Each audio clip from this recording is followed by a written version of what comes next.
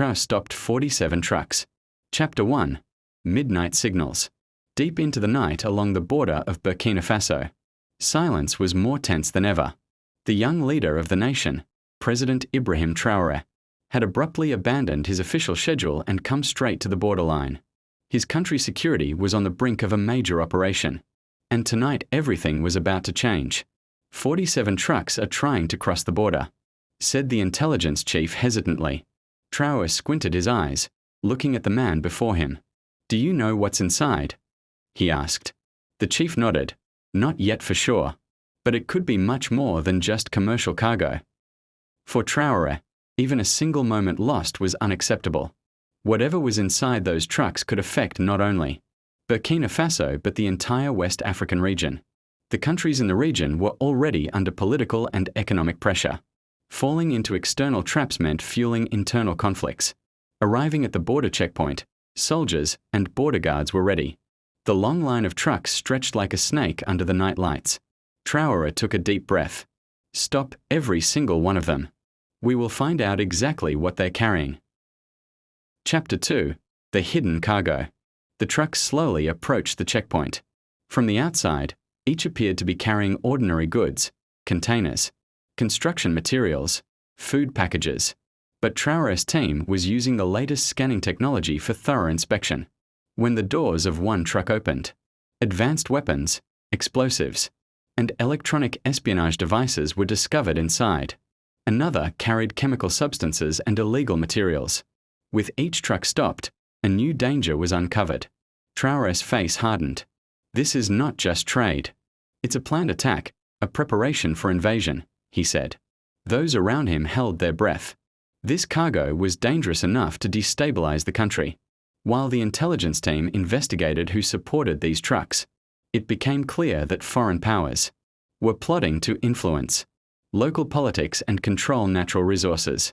Traoré decided to act quickly and decisively to break this dark scheme. Chapter 3. The Silent Threat and the Grand Plan. The hours spent at the border that night strengthened Traoré's leadership resolve. This operation was not just a crisis but a turning point. The fate of Burkina Faso and its neighboring countries was at stake. Traoré convened urgent meetings with regional leaders. "We must stand united. These attacks target not just one country, but all of us," he said. His speech was heavy and determined despite his youth and energy. The media and social platforms informed the public. Traoré's call resonated across all layers of society. Young people took to the streets, women organized, and slogans of "Together for Independence" rose. This silent threat would not defeat Traoré and his people. It was not just border control. It was the beginning of a people's resistance. Chapter 4. Shadow of Betrayal. Traoré's decision to stop the 47 trucks went beyond a military border operation. It had drawn the wrath of dark forces both inside and outside the country. Intelligence reports revealed that behind the plan were not only foreign agents but traitors from within. When Traoré learned that some of his closest aides had secret ties, serving foreign interests, he was shaken. As a leader, he had to fight both external threats and internal betrayal. One night, in a dark room, a high-ranking official secretly met with foreign representatives. "As the operation continues, our interests will be at risk. We must slow it down," he whispered. Traoré formed a secret team to expose these traitors. Every step had to be careful. The country's stability was at stake. Chapter 5. Call for Unity and Resistance. To break the conspiracies of traitors and foreign powers, Traoré made a powerful call to regional leaders. "Brothers, we must stand together. If we divide, we lose.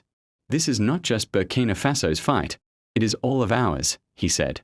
West African leaders were inspired by Traoré's courage and determination. They gathered for an extraordinary summit. There, they created joint security strategies and defense mechanisms.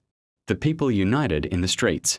Youth, women, farmers, and workers all bore symbols of resistance against foreign interference. The hashtag #StrongerTogether went viral on social media. This call was not mere rhetoric but a new wave of hope and strength. Traoré's leadership transformed him from just a political figure to a symbol of hope and freedom for the region. But the challenges of traitors, foreign powers, and regional conflicts remained. Chapter 6. Secret Alliances and Dangerous Games. The shadow of betrayal darkened the country further. Traoré was now fighting not only the danger at the border, but also an insidious internal enemy. Secret alliances had been formed. Some high-ranking bureaucrats and military officers were linked with foreign powers. During a secret meeting at the palace one evening, even one of Traoré's most trusted advisors came under suspicion. "We must dig deeper to solve this," Traoré said, his eyes steely and resolute. Foreign powers were sending mercenaries and spies from different countries to divide and weaken the region. Traoré established an extensive intelligence network and strengthened communications with the public. Every day brought new information, conspiracies, sabotage, even assassination plans. This was the toughest trial of Traoré's life. Chapter 7. The Awakening of the Region and the Power of the People. Yet Traoré's firm stance and leadership sparked a great awakening among the people. It was no longer just the government. The whole society had risen. Schools, mosques, marketplaces, and social media became centers of resistance. Young sang freedom and independence anthems on the streets. Women formed solidarity groups, and farmers and workers organized their own security teams. Traoré launched social programs and prioritized economic development to support this movement. Neighboring countries followed suit with similar movements.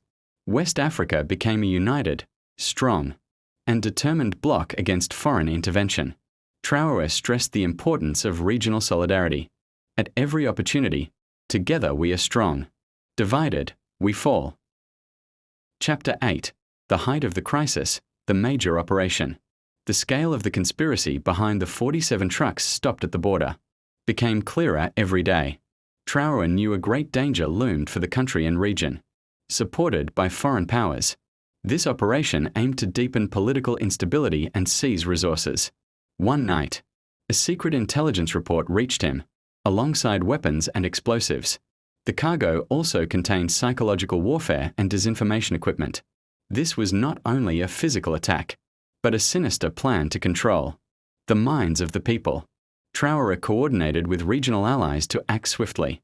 While reinforcing security forces at the border, he formed a special team to fight cyberattacks and media manipulation. "This war will be fought not only with weapons but with minds," he said with a firm voice. Chapter 9. The Power of Unity, the Victory of Resistance. Thanks to Traoré's determined and brave leadership, both external and internal threats were gradually neutralized. Regional cooperation strengthened. Border security was enhanced, and traitors' plans were thwarted. The people united to protect their country and freedom. The message, "Together we are strong," became more than words. It turned into a real movement. Social media campaigns, youth and women-led street protests, and active support from local media came together. This great resistance marked the beginning of a new era for Burkina Faso and West Africa. Traoré had become not just a leader, but a symbol of hope and freedom for the continent. Chapter 10. The Leader's Solitude, Traoré's Inner Struggle. Behind great victories often lie loneliness and heavy responsibilities. For Traoré, it was no different. Outwardly strong and determined, he wrestled with sleepless nights, deep thoughts, and worries. What is truly right for my country and region? He wondered one night, after this war ends, how will my people's lives change? When will true freedom come? He had to stay away from his family and close friends. Some friends had fallen into betrayal. Others were prisoners of their fears. Every decision carried a tremendous weight. But his faith and love for his people gave him strength. "I am not alone. These people are with me. That is enough," he told himself. Chapter 11. Struggle on the international stage. The 47 trucks stopped at the border was not just a local issue. The event drew international attention. Some powerful countries, whose interests were threatened in the region, began applying diplomatic pressure. Traoré engaged in tough diplomatic talks with world leaders. At international conferences, he spoke passionately for Burkina Faso's independence and regional peace. But the challenges were great. Some countries tried to isolate Traoré. Media campaigns were launched. Economic sanctions threatened. Yet Traoré did not give up. Thanks to regional alliances and popular support, he resisted external pressure. continuing his fight to protect Burkina Faso and West Africa. Chapter 12. Threats in the Shadows, Spies and Sabotage. The stopping of 47 trucks enraged Traoré's enemies. A new foe emerged: spies and saboteurs inside the country. These agents worked secretly to damage critical infrastructure. One morning, a major explosion rocked the country's power plant. Transportation lines were sabotaged. Traoré thought, this is not just a physical attack. It's a plan to destroy us from within. The secret services launched a deep cleansing operation. Working day and night, they sought to root out the betrayal. But maintaining public trust was difficult during this period. Chapter 13. The Strength of Regional Solidarity. Traoré's call echoed not only in Burkina Faso but throughout West Africa. Joining forces with neighboring countries' leaders, Traoré established a strong mechanism for regional defense and intelligence sharing. New agreements were signed at the level of the Economic Community of West African States, ECOWAS, and the African Union, AU. This cooperation created a joint defense line against foreign interference. People also embraced this solidarity. Joint cultural events, youth gatherings, and media campaigns reinforced the importance of unity. Traoré said, "If we act together, no power can break us." Chapter 14. Critical Move. The Conspiracy Unfolds. The 47 trucks stopped at the border symbolized betrayal and foreign intervention. Yet Traoré's intelligence team was closing in on the real masterminds. One night, a secret phone call was intercepted, revealing all details of the plan. "Everything starts tomorrow. Control must be ours," said a voice. It was the instruction of the local collaborator backed by foreign powers. Traoré immediately informed his regional allies. "Time is running out. We must act." Chapter 15. The Great Clash, Unity and Resistance. Under Traoré's leadership, regional security forces moved in coordinated fashion. Operations by foreign-backed mercenaries and agents were defeated. Thanks to the team's foresight, conflicts that began at the border quickly spread across the region. The people continued their resistance in the streets with unity and determination. Young and old, men and women, sang freedom anthems and showed solidarity with soldiers at the border. Traoré showed that real power is not on the battlefield but standing with the people. "These lands are ours, and so is the future," he shouted. Chapter 16. The Power of the People. The Heart of Resistance. As fighting continued fiercely, Traoré saw the true strength of his people clearer than ever. The fire of resistance burned not on battlefields but in streets, homes, and markets. People risked their lives fighting for their freedom. Women treated the wounded. Children shared knowledge in schools. And young volunteers joined defense forces. In every speech, Traoré praised their courage and called for even greater unity. Chapter 17. Looking to the future with hope, rebuilding. The fatigue of war gradually gave way to new hopes. Traoré not only managed the crisis, but also prepared a comprehensive plan for the country and region's development. Projects in education, health, infrastructure, and economic growth were launched. New investments and trade routes opened through regional cooperation. Traoré's vision was not just ending the war but building a sustainable future. After a long and arduous struggle, the people proudly took control of their destiny. Traoré's story became a symbol of Africa's rebirth.